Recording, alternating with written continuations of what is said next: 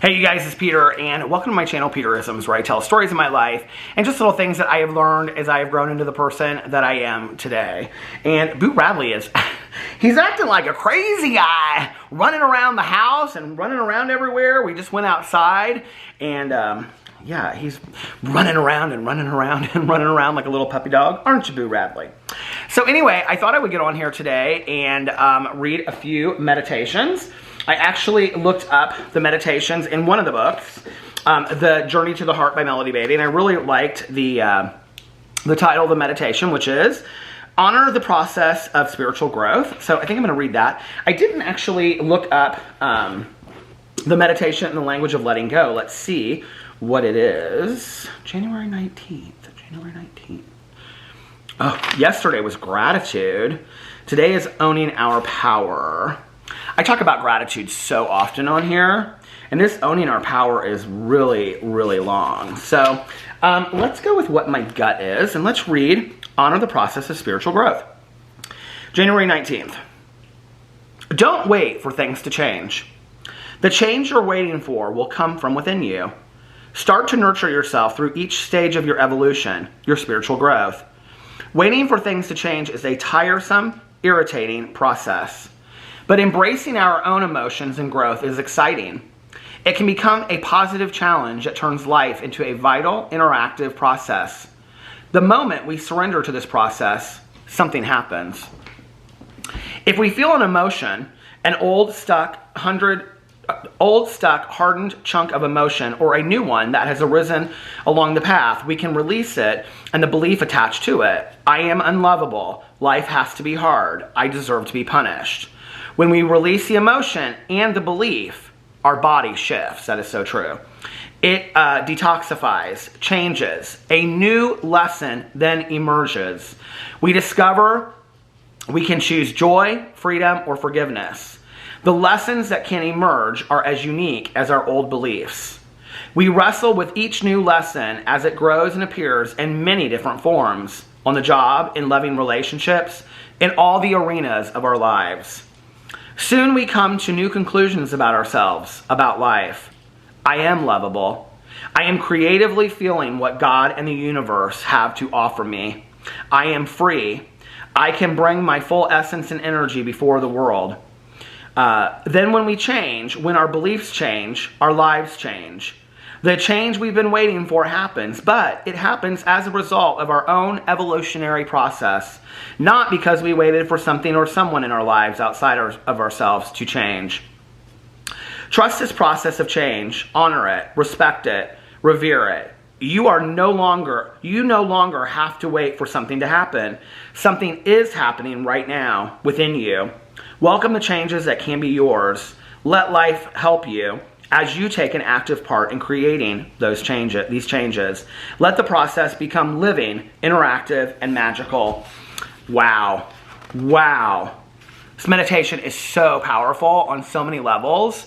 You know, and I think that for so long, I was stuck in that pattern of belief, not just with this example, but with so many other examples. But I do love this example where it says, I am unlovable. Life has to be hard. I deserve to be punished. Because I think you can change those words around as much as you want. You know, you can say, like, let me just give you an example. Like, my mother was an alcoholic. I had a tough childhood, and things were always hard on me. Or I was bullied, therefore I am unlovable. People don't like me, or, because of this, or whatever. And you have this tape in your head, right, that you create.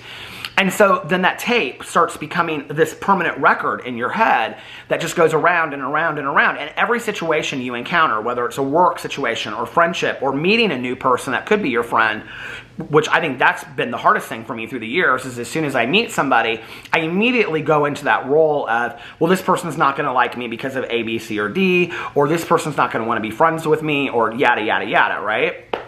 And so it's about erasing that tape and reprogramming that tape and telling myself things like, you are lovable, you are a good person, you are kind, you are giving, you are compassionate.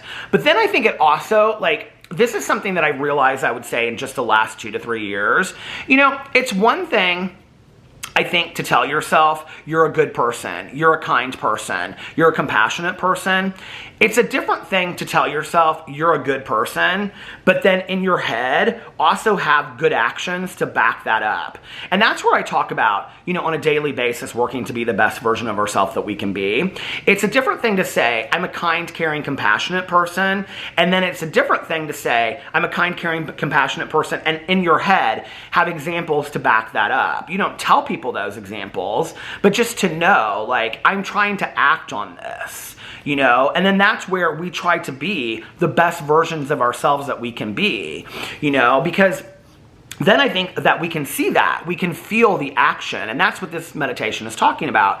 It's about acting it through, being that person that you want to be, When you see somebody and that person inspires you, or that person is a role model to you of whatever it is that you want to do in your life, okay? Like, whatever, pick something. If you want to be an actor or an actress and you see somebody out there that's an actor or an actress, do what they do, And I've told people that for years, if you want to be like a Major League Baseball player, reach out to somebody that inspires you and say, I want to be a Major League Baseball player like you. You inspired me. What did you do? And if they tell you, well, I went to conditioning every year for 20 years and I went to training and I had private coaches and I did this and I did that and I did this, do that if that's what you want to do, But if you just want to feel better about yourself and you want to reprogram yourself, which in all honesty can be just as difficult, if not more, than becoming a Major League Baseball player, then the reality is you have to do the work to reprogram that tape in our heads, right?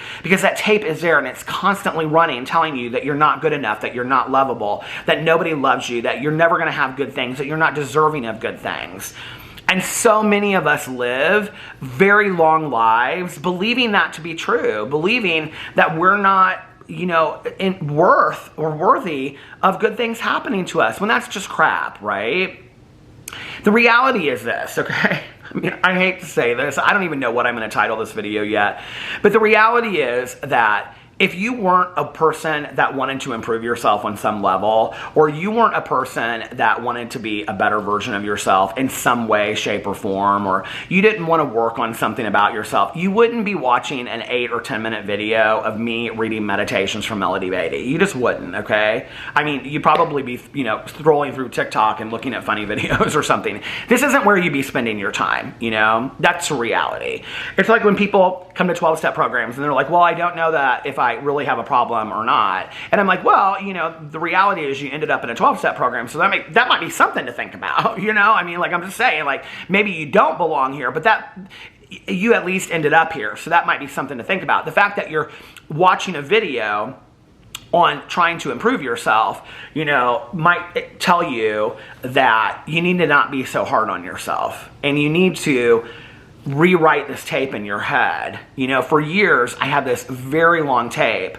And that tape at the end of it would always be, this is the tape that ended up with my drinking and my using. It would be like, I'm not good enough. I'm not worthy of love. People don't love me. People don't care about me, blah, blah, blah, blah, whatever. So drink. So use. Because that will take it away. And that was the end result. And that tape just went around and around in my head. Well, when I got sober and I had to start reevaluating that tape, and really looking at how true is that, What did I really believe to be true about this tape that ran in my head? It's like I needed to get rid of that tape. It wasn't even about rewriting that tape. It was about throwing that tape out. I guess in the past I've said rewriting that tape, but it's about throwing that tape out and coming up with a much shorter tape. That says, I am lovable, I am kind, I deserve good things to happen to me. It can be that short, because those are the things that are true. And you guys are lovable, you are kind, and you deserve good things to be happening to you in your life, Unless you're serial killers, and then there's a whole other, that's a whole other realm of what we should be talking about. But I don't think there's probably a lot of serial killers out there watching me read a meditation by Melody Beatty. I can't imagine that would be where you would end up, you know what I mean? And I know that that's kind of like a crazy thing to talk about. But the reality is you're here because you want to be a better person. Allow yourself to be a better person, And that's what this meditation is talking about, is freeing yourself through the spiritual journey, allowing yourself to evolve. Don't get stuck on that, I'm not a good person, I'm not a good person, I'm not a good person, I'm not a good person. You are. and you deserve to evolve to the next level. I love you guys, and I will see you in the next video. Bye.